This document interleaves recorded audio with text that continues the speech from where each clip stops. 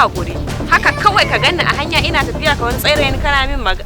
Amma wannan ne abin da yake damuna ba, illa wannan shaye-shayen da yake.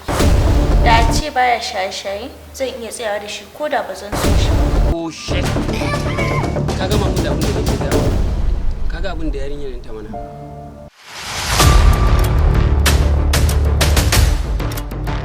Wannan ba abin da mutum zai tsaya na daga hankali shi ba. Daga fa a cikin makarantar nan. Yan mata ma bin ka suke. Uga ko ne a bari ne zan je in Kar ki nuna kina jin tsoron sa. Domin in ya ga mun je kin bashi hakuri, duk masifansa dole ya hakura. Ai na ga abokina ya amsa muku ne. Amma ya zaki ce ban ji daɗin zuwan ku ba. Ga wuri nan ku zauna.